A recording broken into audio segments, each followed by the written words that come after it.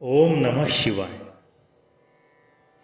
शिव महापुराण कथा की श्रृंखला में आज के अंक में हम जानेंगे दक्ष की तपस्या और देवी शिवा का उन्हें वरदान देना।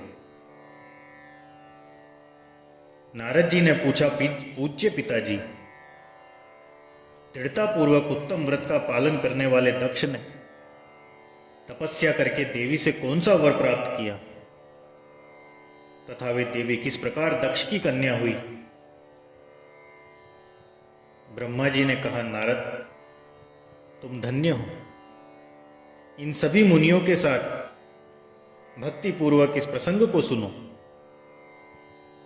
मेरी आज्ञा पाकर उत्तम बुद्धि वाले महाप्रजापति दक्ष ने क्षीर सागर के उत्तर तट पर स्थित हो देवी जगदंबिका को पुत्री के रूप में प्राप्त करने की इच्छा तथा उनके प्रत्यक्ष दर्शन की कामना के लिए उन्हें हृदय मंदिर में विराजमान करके तपस्या प्रारंभ की।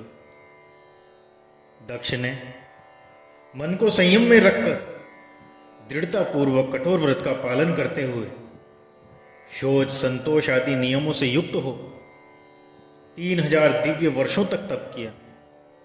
वे कभी जल पीकर रहते, कभी हवा पीते और कभी सर्वथा उपवास करते थे। भोजन के नाम पर कभी सूखे पत्ते चबा लेते थे। मुनि श्रेष्ठ नारद तदनंतर यम नियमादि से युक्त हो जगदंबा की पूजा में लगे हुए दक्ष को देवी शिवा ने प्रत्यक्ष दर्शन दिया।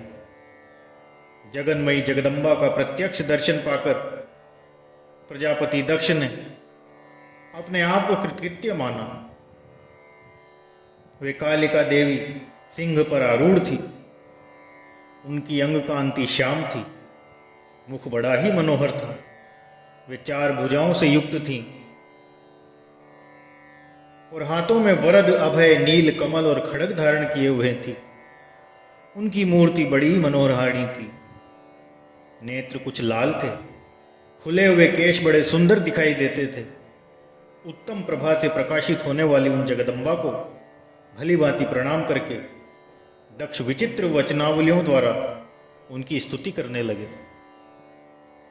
दक्ष ने कहा, हे जगदम्ब, हे महामाय, हे जगदीश, हे महेश्वरी, आपको नमस्कार है। आपने कृपा करके मुझे अपने स्वरूप का दर्शन करवाया है। भगवती आद्य मुझ पर प्रसन्न हुई है। शिव रूपिणी प्रसन्न हुई है। भक्त वरदायिनी प्रसन्न हुई है। हे जगन्माय, आपको मेरा नमस्कार है। ब्रह्मा जी कहते हैं, मुने, संयत चित्त वाले दक्ष के इस प्रकार स्तुति करने पर महेश्वरी शिवा ने स्वयं ही उनके अभिप्राय को जान लिया तो भी दक्ष से इस प्रकार कहा, दक्ष, तुम्हारी इस उत्तम भक्ति से मैं बहुत संतुष्ट हूं। तुम अपना मनवांछित वर मांगो। तुम्हारे लिए मुझे कुछ भी अदेय नहीं है। जगदंबा की यह बात सुनकर प्रजापति दक्ष बहुत प्रसन्न हुए और उन शिवा को बारंबार प्रणाम करते हुए बोले, हे जगदंबे, हे महामाया, यदि आप मुझे वर देने के लिए उद्यत हैं तो मेरी बात सुनिए और प्रसन्नतापूर्वक मेरी इच्छा पूर्ण कीजिए। मेरे स्वामी जो भगवान शिव हैं, वे रुद्र नाम धारण करके ब्रह्मा जी के पुत्र रूप से अवतीर्ण हुए हैं। वे परमात्मा शिव के पूर्णावतार हैं, परंतु आपका कोई अवतार नहीं हुआ। फिर उनकी पत्नी कौन होगी? अतः शिवे, आप भूतल पर अवतीर्ण होकर उन महेश्वर को अपने रूप लावण्य से मोहित कीजिए। हे देवी, आपके सिवा दूसरी कोई स्त्री रुद्रदेव को कभी मोहित नहीं कर सकती। इसलिए आप मेरी पुत्री होकर इस समय महादेव जी की पत्नी हुई। इस प्रकार सुंदर लीला करके आप हर मोहिनी भगवान शिव को मोहित करने वाली बनिए। हे देवी, यही मेरे लिए वर है। यह केवल मेरे ही स्वार्थ की बात है, ऐसा नहीं सोचना चाहिए। इसमें मेरे ही साथ संपूर्ण जगत का भी हित है। ब्रह्मा, विष्णु और शिव में से ब्रह्मा जी की प्रेरणा से मैं यहां आया हूं।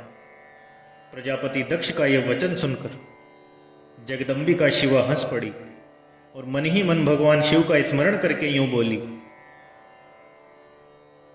प्रजापति दक्ष, मेरी उत्तम बात सुनो। मैं सत्य कहती हूं, तुम्हारी भक्ति से अत्यंत प्रसन्न हो तुम्हें संपूर्ण मनोवांछित वस्तु देने के लिए उद्यत हूं। यद्यपि मैं महेश्वरी हूं, तथापि तुम्हारी भक्ति के अधीन हो तुम्हारी पत्नी के गर्भ से तुम्हारी पुत्री के रूप में उत्तीर्ण होंगी, इसमें कोई संशय नहीं है। अनघ, मैं अत्यंत दुस्सह तपस्या करके ऐसा प्रयत्न करूंगी जिससे महादेव का वर पाकर उनकी पत्नी हो जाऊं। इसके सिवा और किसी उपाय से यह कार्य सिद्ध नहीं हो सकता, क्योंकि वे भगवान सदाशिव सर्वदा निर्विकार हैं, ब्रह्मा और विष्णु के भी सेव्य हैं तथा नित्य परिपूर्ण रूप ही हैं। मैं सदा उनकी दासी और प्रिया हूं। प्रत्येक जन्म में नाना रूपधारी शंभु ही मेरे स्वामी होते हैं। भगवान सदाशिव अपने दिए हुए वर के प्रभाव से ब्रह्मा जी की भ्रुकुटी से रुद्र रूप में अवतीर्ण हुए हैं। मैं भी उनके वर से उनकी आज्ञा के अनुसार यहां अवतार लूंगी। तात, अब तुम अपने घर को जाओ।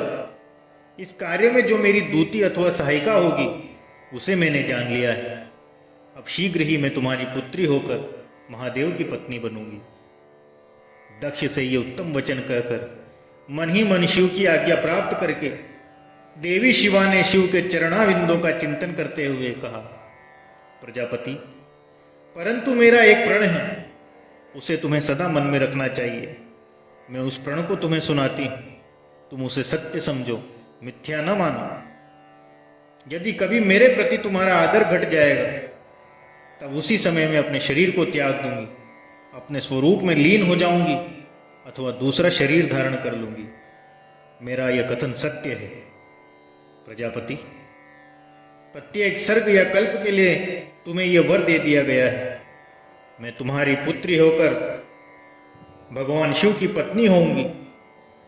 मुख्य प्रजापति दक्ष से ऐसा कहकर महेश्वरी शिवा उनको देखते ही देखते अंतर्धान हो गई।